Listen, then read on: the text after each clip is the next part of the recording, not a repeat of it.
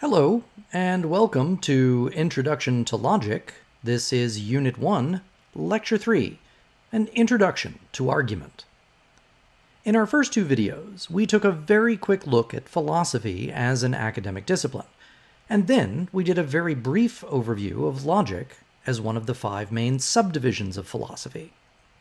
In this video, we'll sharpen our focus in logic and give an overview of arguments. We'll begin by looking at the essential components of arguments. We'll then talk a little bit about why we use arguments, and we'll also explore how to recognize arguments when we run across them. So, let's get started. Now, in our last video, we talked about logic as an academic discipline, and we defined it as the systematic investigation of reasoning or argument. Now, I'd like to expand on that just a bit before we give a more precise definition of what an argument is. Reason itself is a rather amorphous concept, so it's probably better for us to approach it from a practical point of view so as not to get too much into the weeds. We all have an intuitive notion of what it is to think rationally, which becomes clear if we contrast it with thinking irrationally. If you've ever driven a car on a freeway in a major city, you have no doubt had the experience of someone abruptly cutting in front of you, probably without using their turn signal, causing you to slam on your brakes so as to avoid hitting them. In that moment, when your brain is flooded with hormones, you probably laid on the horn, and perhaps even offered the other driver some nonverbal sign language to express your displeasure with their lack of courtesy. You may have also imagined a scenario where you pulled them over and gave them a good tongue lashing, making them feel bad for making you feel bad. Or perhaps you let fly with a barrage of verbiage best suited for a shipyard or the battlefield, but certainly not representative of the civilized person that you are. Well, you get the picture. In a moment such as that, you are most definitely not thinking rationally, even though at the moment it did seem like the right thing. And therein lies the key to understanding the difference between thinking rationally and irrationally. Upon reflection, after the adrenaline has left your body, you wonder about your behavior as if you had been some other person. What seemed in the moment the correct response now seems alien. That was not who you are. That was some other person, some stranger. What we discover in such reflection is the transitory nature of irrational thinking. What seems sane and morally appropriate in that moment is, upon reflection, clearly not. So a good way to approach an understanding of what it means to think rationally is to think about those cases in which our thoughts seem to abandon us after the passage of time. Irrational thinking is unstable, transient, unreliable. If so, then rational thinking must be the opposite. It must be a way of thinking that is there for us tomorrow, that is stable, that is reliable. Of course, all of this thinking, whether it's rational or irrational, is taking place inside our minds. But what if we want to express our rational thinking to someone else? Well, we have to communicate it in some way. We have to take the thoughts out of our own mind and put it into someone else's. And since we're not psychic, the tool that we use to do this is language, whether it's verbal, written, or signed. We use language to express our ideas to someone else. That's essentially what an argument is. A linguistic expression of rational thought. But we can be even more precise if we focus on the component parts of such an expression, and so we'll define an argument as a set of statements containing a logical connection that creates a dependent relationship between those statements. At least one of the statements is dependent on the other, or conversely, one supports the other. Let's look at some examples to make this more clear. Here we have 2 distinct statements, and notice how the second is dependent on the first. If I merely assert that Erin is not likely to pass her logic class, you would very reasonably ask why. Why would I say such a thing? Oh, well, it's because she never came to class. The second statement depends on the first. So this simple pair of statements forms an argument. One statement is dependent on the other. Again, in this pair of statements, we see a connection between the first and the second. Forgetting to feed my dog leads me to the idea that he'll be hungry when I get home. The first statement is supporting the second. It really doesn't matter what the subject of the conversation is, as long as we have at least two statements, and one is dependent on the other, or one provides support for the other, depending upon how you want to look at it, we have an argument. Even this pair of statements forms an argument. We have two statements. The second assertion is dependent on the first. And notice that it would still be an argument if we reversed the order of the statements. In this particular case, the order doesn't matter at all, which, if you remember from our last video, tells us that this would fall under the domain of what we call informal logic, or induction, but we'll talk more about that later on. So, again, an argument occurs whenever we have at least two statements, and one of them is logically dependent on the other. But notice that adjective logically we keep using. What exactly does that mean? Well, consider this pair of statements. Here we have two statements, and one follows the other, but it doesn't follow logically. That is, while they may be spatially correlated, one comes after the other, or perhaps they're temporally correlated, there obviously is something missing here. What's missing is exactly what we mean by a logical connection.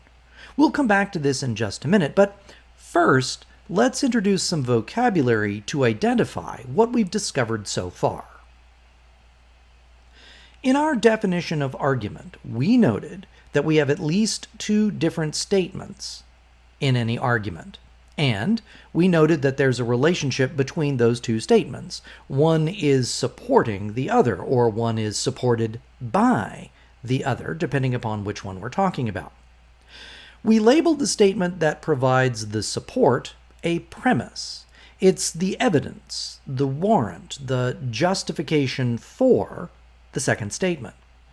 And the statement that is supported by, the one that follows from the premise, the one that is dependent on the premise, we call that one the conclusion. Of course, arguments aren't always so neatly organized. The peculiarities of ordinary language make it possible for us to combine statements into a single sentence, and thus to express an argument in one complex grammatical unit. Let's take a look at an example. Since the good, according to Plato, is that which furthers a person's real interest, it follows that, in any given case, when the good is known, men will seek it. Here we find one single sentence, one complete grammatical unit. But this single sentence contains two distinct statements, and those statements happen to be logically connected and therefore form an argument. All we need to do is to identify which one is dependent and which one is providing the support. By separating and simplifying the statements, we can clearly see which one is the premise and which one is the conclusion. According to Plato, whatever is good is in our self-interest, so if we happen to know what's good for us, we'll desire that thing. Now, let's not worry about whether or not Plato's correct. We're just trying to get in the habit of recognizing an argument when we see it. Let's try another example from a completely different subject. Since the drive for profits underlies the very existence of business organizations, it follows that a most important function of an accounting system is to provide information about the profitability of a business. Again, we have a single sentence, but that single sentence contains two distinct statements. Can you spot them? Notice that there are some words and phrases here that help us to separate them out. We'll give those labels in just a second. When we tease apart the two different statements within the sentence, we can more clearly see that they are related in a dependent manner. Since the profit motive is what underlies a business, it follows that an accounting system should tell the business owner about profitability. Accountancy doesn't just exist for the heck of it. It's not merely there to satisfy some abstract curiosity about debits and credits. It's there for a specific purpose, which is demanded by the nature of the enterprise. The desire for profit requires an accounting system that keeps track of it. This is an argument. So we've discovered that all arguments must contain at least one statement which is a premise and one statement which is a conclusion. The premise is the one that provides evidence. The conclusion is the one that's dependent on that evidence. So we can now turn our attention to the nature of the relationship between the premise and the conclusion. We've been calling it a logical relationship, but what exactly does that mean? The best way I've found to think about it is that it's like a reaction in chemistry.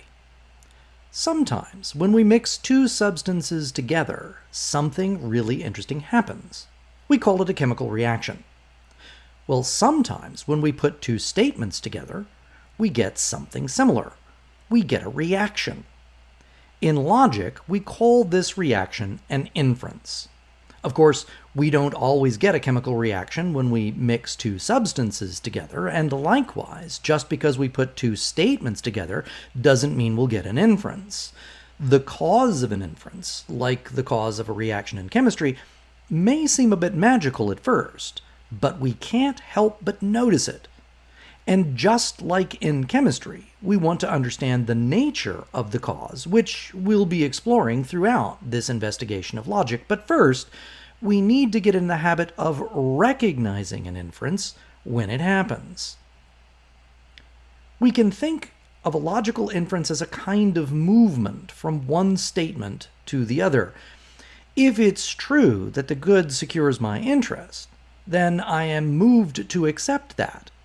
Knowing the good should cause me to seek the good.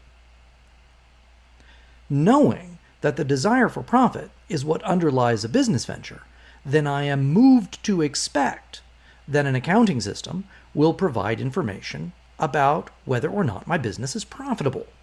This is the inference, the movement from one idea to the other, the connection between the premise and the conclusion. It's where the magic happens.